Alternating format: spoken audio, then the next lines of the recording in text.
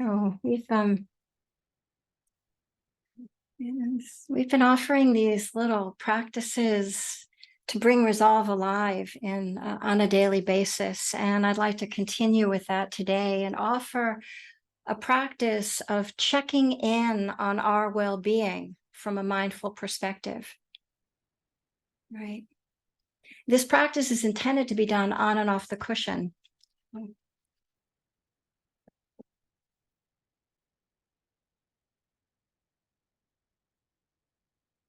And it comes out of my own practice, one that I've done many times throughout the day and for many years. It's easy. It's an easy way to get a pulse on what's actually happening, on the impact that the moment is having on us, as well as offering a way to restore balance and harmony. So this is a practice of checking in using the building blocks of experience, the same ones the Buddha used: body, breath, heart, and mind. These are what we use when we're setting up the practice, and this is what we use when we're doing the dishes. It's always the same: body, breath, heart, mind come along for the ride. But each aspect is different and has a different reaction to the experience that is happening at the moment. And each one deserves and needs to be attended to alone and together in order to restore balance. The beauty of checking in this way, body, breath, heart, and mind, is that it immediately removes the self with all of its opinions, judgments, and preferences from the equation. This helps us so we can see more clearly. So mindfulness, instead, we're using mindfulness to break experience down into its component parts, which is what gives us the latitude to be able to figure out what is needed in a more nuanced way to restore balance. And the beauty of this kind of practice is that it's easy to remember.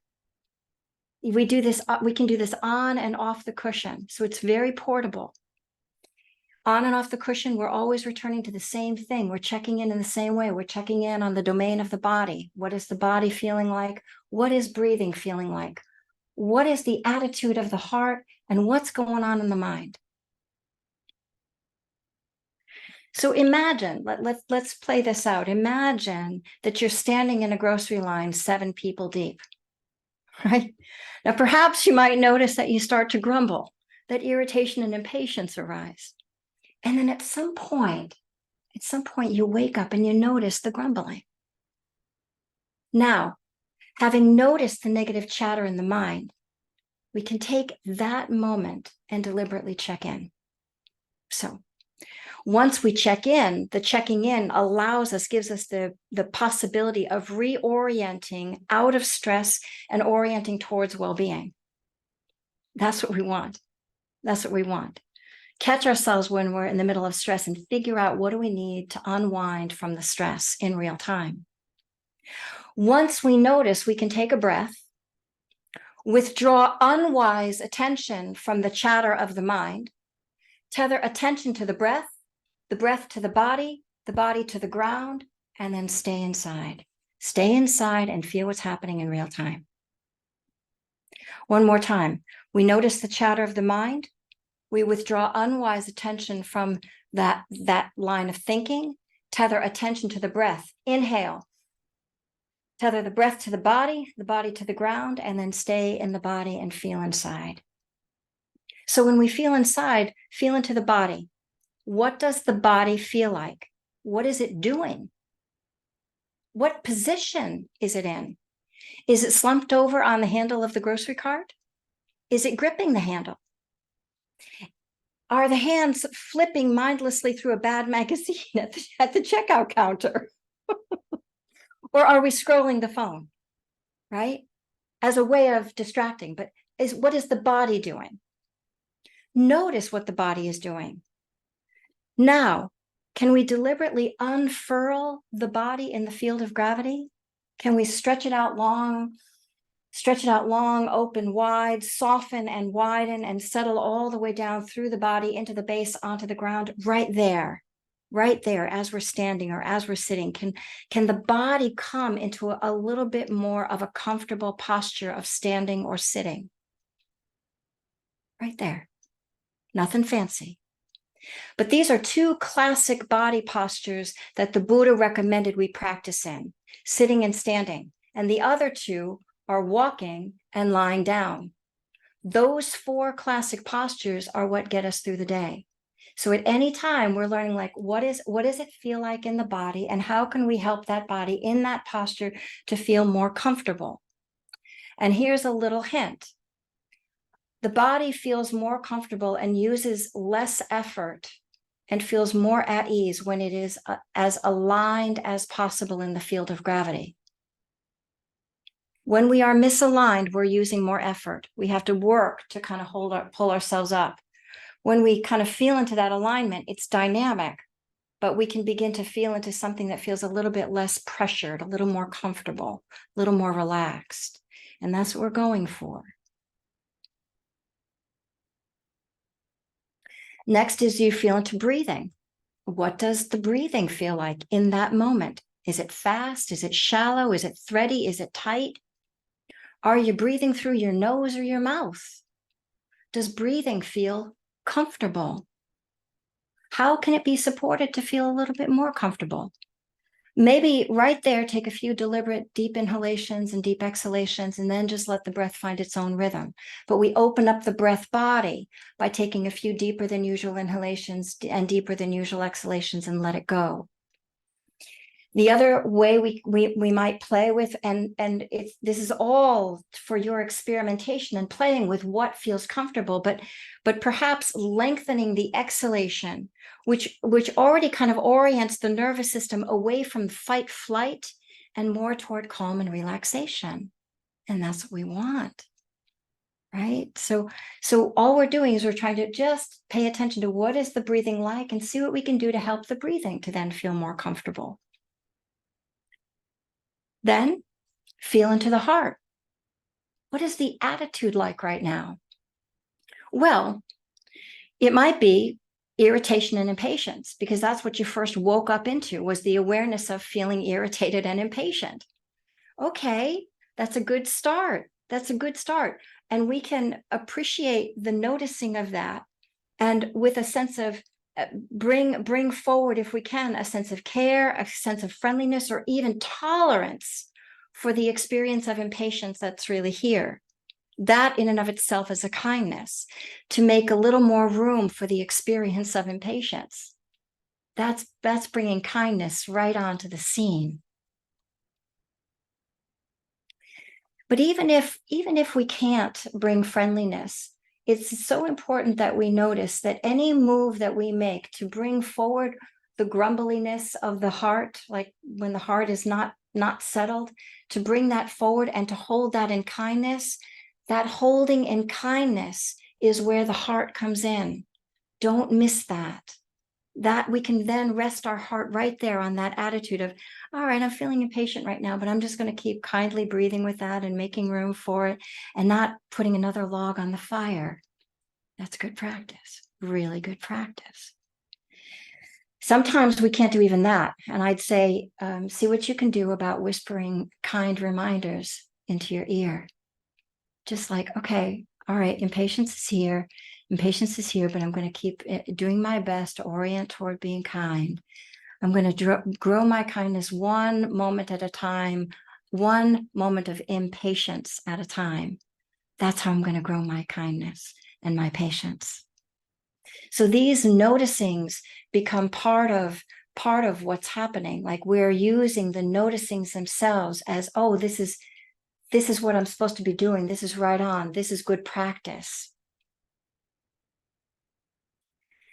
What we're trying to do is bring forward that sense of kindness and care, because caring attention is an important element to the practice. So then we move down to feeling into what is going on with the mind. Feel into the mind. What are we thinking about? Are we distracted by reading the bad magazine or scrolling of our phone or judging or criticizing other people that are walking by? How about giving the mind some wholesome task, the wholesome task of watching over the experience of our well-being? We say that is what we're going to orient toward. That's what we're going to focus our attention upon. And then we encourage the mind to notice what is happening through different lenses of mindfulness, right? How can we bring caring attention and bear wisely and skillfully on this moment, right? Caring attention arises when we bring the heart and the mind together in the same moment. So with caring attention, we are training the heart mind to keep, say, impatience at bay, which requires that impatience be kindly and repeatedly interrupted. They're there. And then we give impatience the room it needs. This is a useful place for attention to rest, a useful place of releasing the tension and noticing the ease that is here. Now, attention, noticing when tension leaves, and then attention noticing when ease is present. This is the name of the game. We can appreciate that. We can appreciate and notice that we're bringing kind and caring attention to the present moment. This is worth our while. This is totally worth our while. So again, all we're doing is we're adjusting with each category, each domain. We're adjusting the body so the body feels comfortable. We're adjusting breathing. We're adjusting the heart toward an attitude of care and attention toward the wholesome quality of our well-being. Now let's imagine sitting in meditation. Halfway through a meditation, you're struggling with knee pain, right? And often what happens is our mind zeroes in on that pain, and the mind gets caught up then in the pain itself, trying to get away from the pain, or starting to raise questions and fears about what it should do. If I stay in this position, am I going to cause more pain? Am I going to injure myself? When is it time for me to move? When should I just sit and let it be? When would it be a good time for me to sit and investigate, right? Well, if we're writhing with pain, it's a better thing to move, right? We really want to begin to feel for the pain and be skillful about that. But okay, right there, when pain in the knee comes up and you start and you notice that you're scrambling, take a breath, slow it down, check in, mindfully check in, and let's see what's going on in the whole body and breathing and in the heart and mind. So what does the whole body feel like, right? Because the whole body is actually experiencing the knee pain, not just the knee. So is the face tight or relaxed? Is the belly tight or relaxed? How about the hands? Color the whole of the body in and encourage it to soften, widen, and settle down. Let it take up as much room as it needs to feel comfortable so that the whole body can feel as comfortable as it can. And then that whole body is holding that smaller part that is experiencing discomfort. If that feels like too much, then we can go from the whole body, noticing the whole body, to sensing the space around the body and resting attention in the space around the body and feeling into the body has as much room as it needs to feel comfortable. And you keep adjusting, kindly adjusting. Next, feel into breathing. What happens when knee pain is present? How does breathing change when pain is on the scene? It does. So notice, does it grow long or short? Does it grow thready? Do you find that it gets choppy? Is it comfortable? Maybe right there, open up the body, open up the breath body with a few deep inhalations, a few deep exhalations, and let the breath find its own rhythm. Once again, always coming back to feeling into a comfortable breath. What is the attitude like? When knee pain is going on, often when we zero in on that pain, there isn't a lot of friendliness present. Well, how might we invite friendliness there, right? How might we even breathe with a friendly attitude and breathe friendliness right through and in and around that area so that that area feels deliberately held in mind, in heart with its pain, right? We're beginning to just train the heart to care about what is really here. This is what we're trying to do, is learning how to speak kindly to the pain and offer to it as if a caregiver might. And then finally, what is happening in the mind? Well, often when pain is present, again, there's a lot of scrambling that the mind is doing to figure out what it can do to solve the problem, to get away from the pain. And it might space out, it might zero in, and it might do a lot of remembering of all of the other times that this has happened and the fear that it's going to cause more damage. It might worry about the future, but notice where your mind leans when pain is present. Okay, now withdraw unwise attention from that. Take a breath, tether attention to the breath, bring the attention down into the body and see what you can unwind. See where you can place caring attention toward your well-being in real time. The mind is a time traveler, so staying in the mind is not useful, but we can take attention out of the mind and bring it down into the whole of the body and begin to play with where might I place attention so that I can soften the experience of pain. For me, for example, I work with a lot of migraines, and one of the places that I have learned to rest attention is at the ear door. And I just allow, I pay attention to just the ambient sounds. The mind then is given something useful, but also neutral to attend to. I'm not jacking up the pain. I'm not feeding the fire of worry, but I'm now just placing it on something that has a little space to it, that allows me to kind of rest in something that's larger than little old me. All right. So whether we're on the cushion or in daily life, checking in on our well-being is a good idea. After all, it's our responsibility. We're given the responsibility to steward our well-being through this lifetime. But since much of the time we're on autopilot and we're kind of like catching the draft of the speed of everyday life, it's good to periodically just hit the pause button and just deliberately for a moment tune in and check. It doesn't take much. It just takes a quick check. What does the body feel like? Oh, it feels a little cramped. Let me open it up. What does breathing feel like? Oh, it's a little short. Let me lengthen the breath. What does the heart feel like? Oh, it feels a little dry and not caring. All right, well, what if Uncle Chuck was standing here? What would he say about my pain? What is the mind doing? It's grumbling. Well, let's give the mind the prompt to focus on the experience of well-being right now and the experience of ease right now. That's good medicine. That's good use of our mindfulness practice, right? Ajahn Chah was once asked what his method of teaching was, and he said, how I teach is that when someone goes a little too far to the left, I say, go right, go right. And when someone goes a little too far to the right, I say, go left, go left. He's giving us these little nudges, little course corrections that we can make. And this is what this practice is doing. It's inviting us, giving us ways, handholds that we can use to begin to shape our experience, come out of this stress and orient a little bit more toward comfort and ease in the present moment, orient toward our well-being. We can do this. This is for our welfare. This is what the Buddha was encouraging us to do. Thank you. Thank you for your kind attention.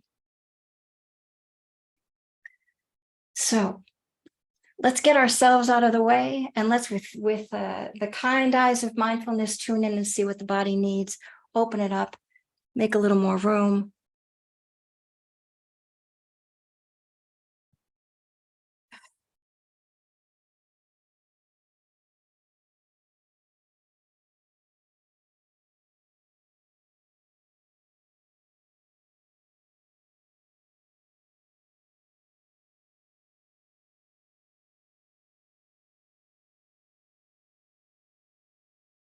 Kindly, gently giving it the attention it needs to feel more comfortable in the present moment.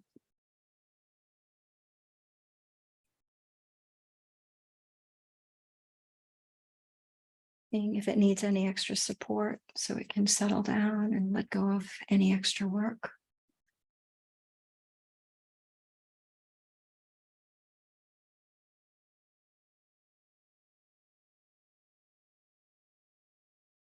Maybe gently closing the eyes so we can let go of the outside world for a little while and deliberately tune in to how it feels inside.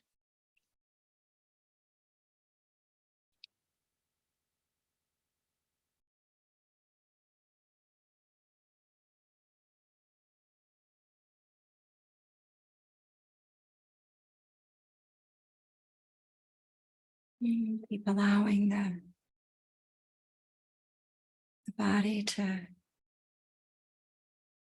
settle down, to soften its tensions.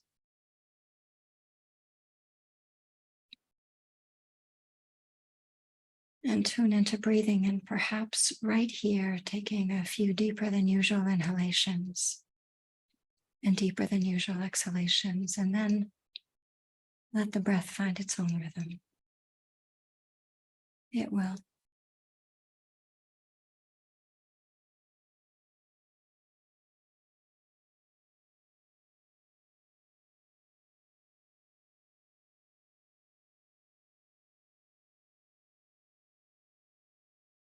Breathing in, opening up. Breathing out, letting go.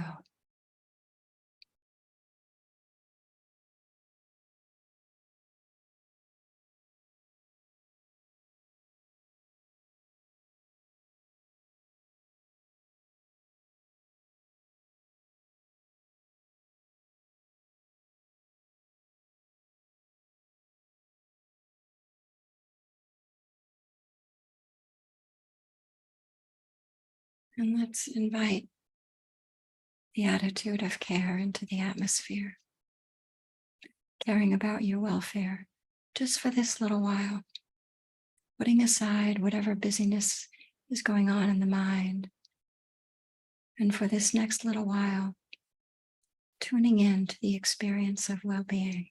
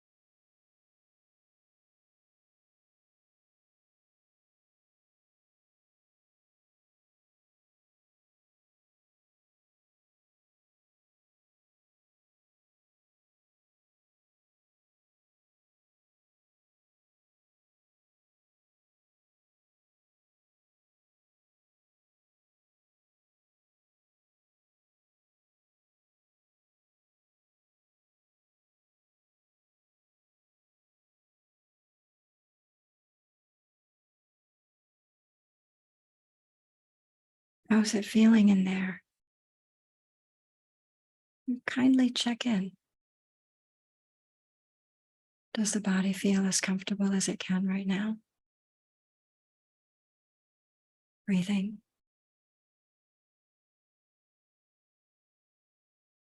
How's the heart mind? Is there a sense of caring attention toward your well being? Adjust accordingly. It's for your welfare.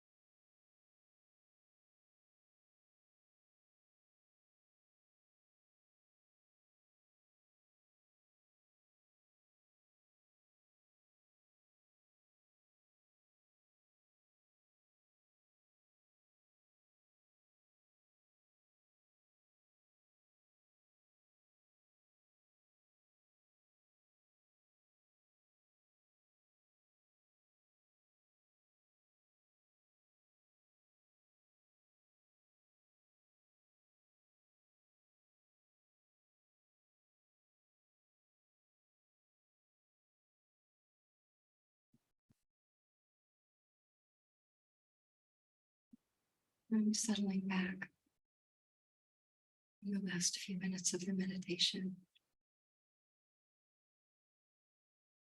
Breathing and receiving these words and the sound into the heart.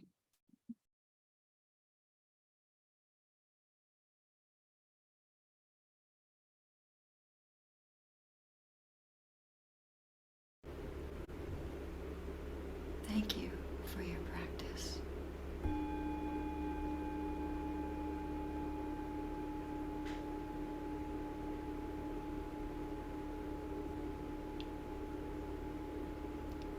Thank you for your practice.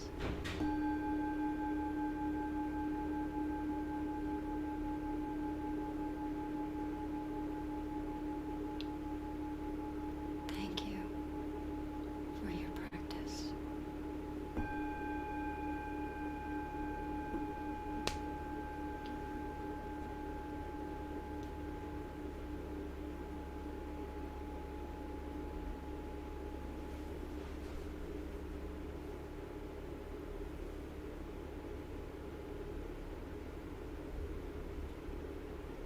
All right, everyone, I'm going to stop the recording and give you permission to unmute.